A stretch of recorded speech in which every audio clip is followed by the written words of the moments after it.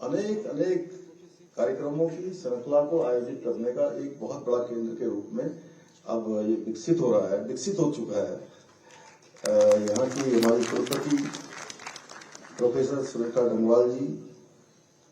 एवं यहाँ पर आए हुए हमारे सभी महानुभाव, सभी अतिथिगण, सभी विश्वविद्यालय से आए हुए सभी हमारे प्रोफेसर, वैज्ञानिक, चिंतक, विचारक और बड़ी संख्या में उपस्थित हमारे सभी छात्र छात्राएं, अभी टॉन्स विद्यालय के छात्राओं ने बहुत ही शानदार यहाँ पर हम सबके समक्ष गीत प्रस्तुत किया। मैं इस अवसर पर आप सभी का हृदय से आप सबका स्वागत करता हूँ, आप सबका अभिनंदन करता हूँ। और इस बहुत ही विशिष्ट कार्यक्रम में आप सबके बीच में आकर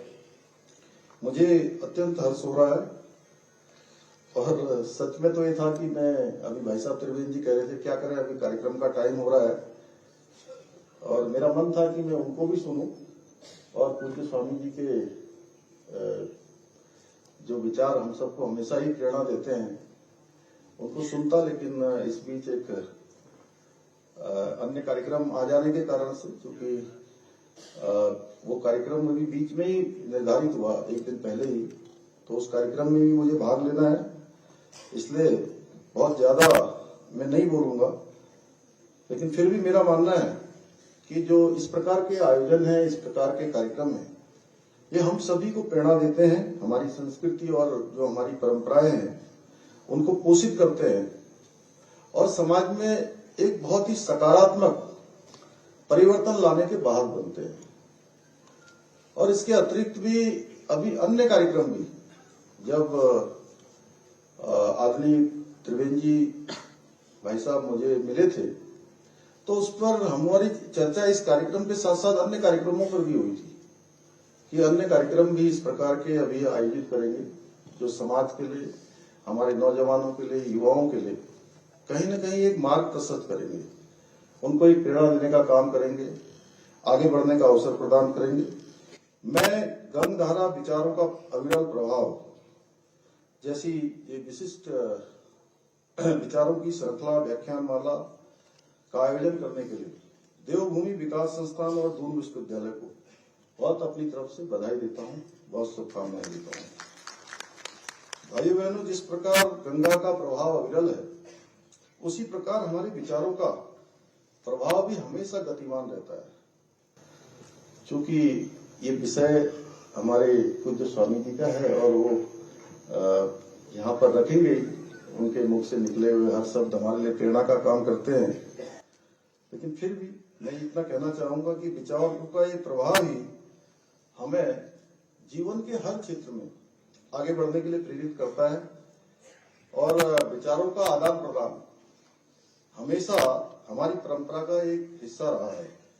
और हमारे प्राचीन गुरुकुलों में भी संवाद और चर्चा को शिक्षा का आधार माना गया था। इसीलिए वेदों में भी कहा गया है कि हमारे पास चारों ओर से ऐसे कल्याणकारी विचार आते रहें जो किसी से न तो दबे, उन्हें कहीं से बाधित न किया जा सके और जो अज्ञात विषयों को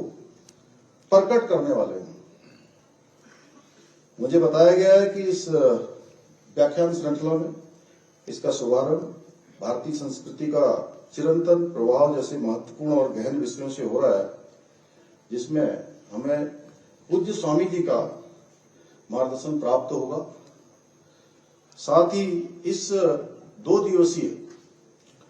व्याख्यान श्रृंखला के दौरान अनेक अभी मैं पूरा कार्यक्रमों की सारणी देख रहा था, तो अनेक विद्वान,